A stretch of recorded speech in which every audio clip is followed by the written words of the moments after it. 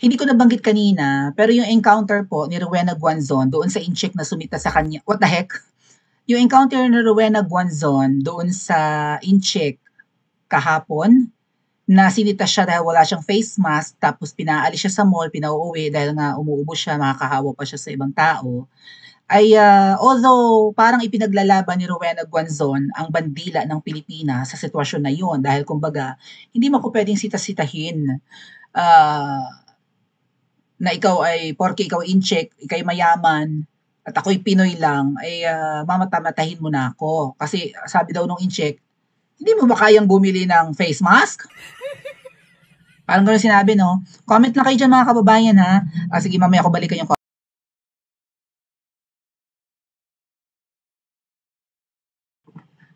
So, where were we?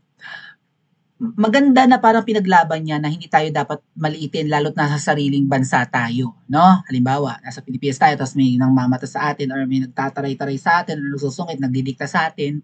Eh hindi naman daw siya umubo ng maraming beses. Parang isang beses lang, siguro nagkasalubong, tapos malakas yung pagkakaubo, or baka hindi siya nakapagtakip ng bibig kaagad. So, nasita siya nung in-check. Alright? Maganda yun na alam niya na, teka muna, hindi naman ako kumahol-kahol ng malala. At saka, yung sinabi nga na hindi mo ba afford bumili ng face mask, sabi niya, hindi ka nga naka-Gucci, hindi ka nga naka-Rolex. So, hindi ka rin mayaman. Bakit mo ako mamatayin, sasabihin mo, hindi ako makabili ng face mask? Malay ba natin kung meron siyang face mask sa bag? 'Di ba? Ganun ako, nung nasa Pilipinas ako mga kababayan, hindi ako nagpapawala ng face mask. Even yung hand spray, okay? Alcohol, whatever. Pang-sanitize, hand sanitizer, lalo na face mask. Laging may face mask ang bag ko dahil nga diyan sa COVID. Okay? So, okay, naipaglaban ni Rowena Guanzon yung karapatan, nga lang at naiskandalo, tuloy nababa siya ng mga pinklawan, tuloy, sinabi niya sa mga pinklawan, yung amo nyo, sitahin nyo rin, gumanda lang dahil sa PhilHealth. But going back to the downside of that situation, kung saan naging eskandalosa nga yung pinagmumura niya, yung parang ikaw na nga, ang dating kasi siguro, ganito siguro yan babatikusin ng mga camping, no?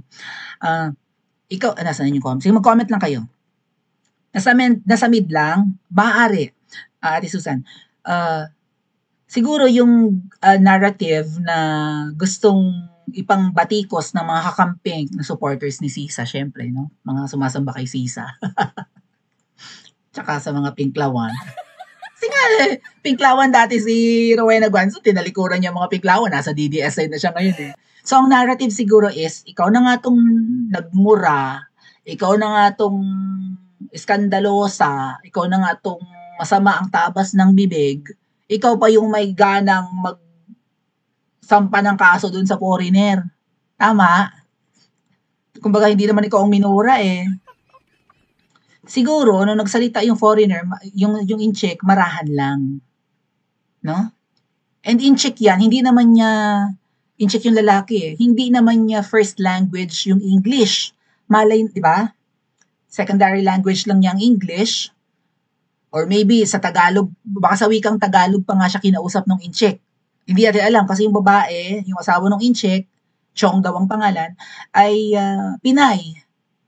Baka ang in-check ay nanagalog, pero hindi nga nila first language yan. Ibig sabihin, hindi sila bihasa.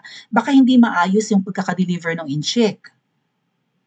Baka mamaya sabi ng in-check, ikaw hindi bili face mask? Ikaw wala pera?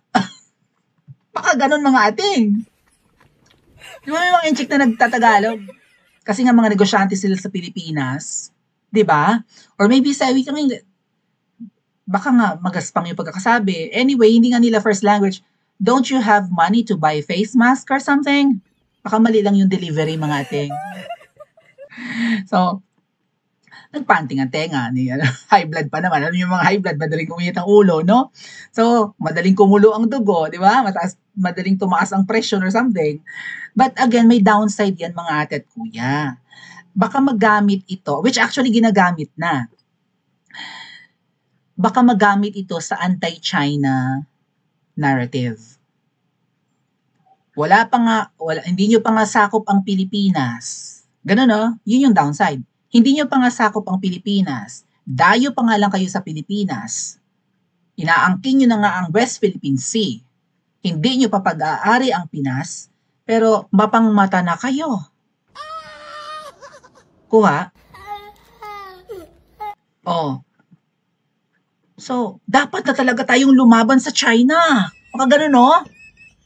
Oh, pati itong si Rowena Guanzon na hindi na ngayon kakamping, DDS na yan si Rowena Guanzon. O ano, Guanzon, natuto ka na? O ano pakiramdam na binabastos tayo ng China sa sarili nating teritoryo? Baka ganun, no? Yun yung downside. Magagamit ito laban pa rin sa China. Na yung mga incheck na yan, no? Ang baba ng tingin sa atin, gusto tayong sakupin. Hindi tayo ginagalang kuning-kuning. Aragoy.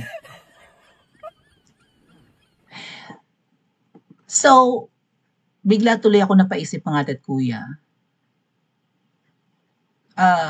Maybe it's just a, ano tawag dyan?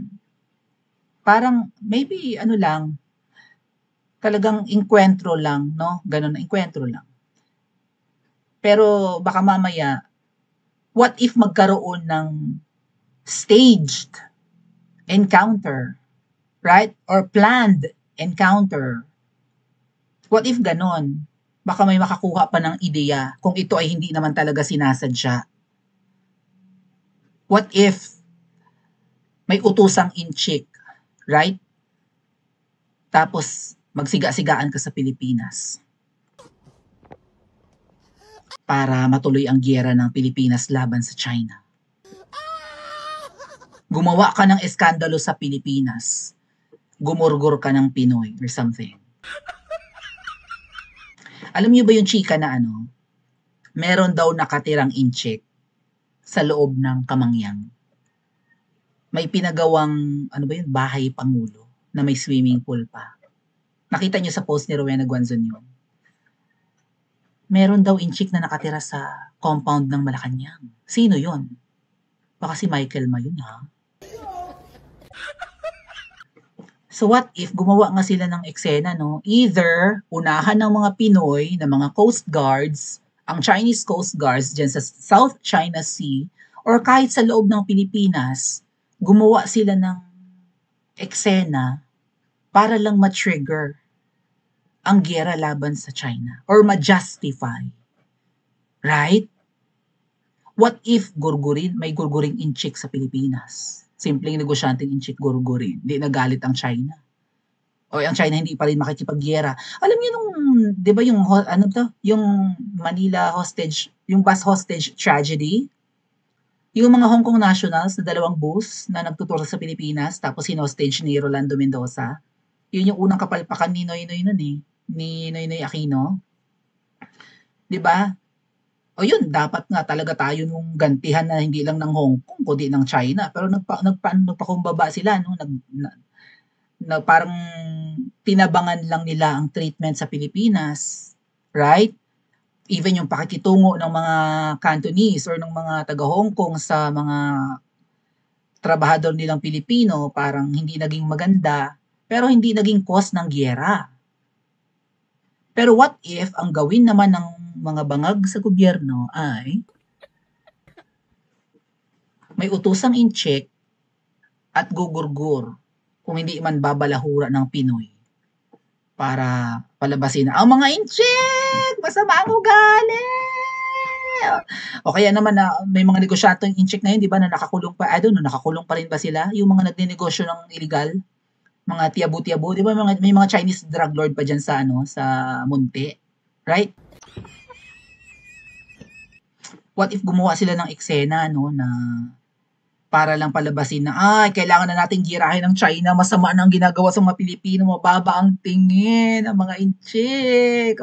Pinatay ang kapwa natin Pilipino, kuning-kuning. Alam niyo naman ang mga bangag, lahat posible, tama? Pa-comment sa comment section, mag-like at subscribe din po kayo.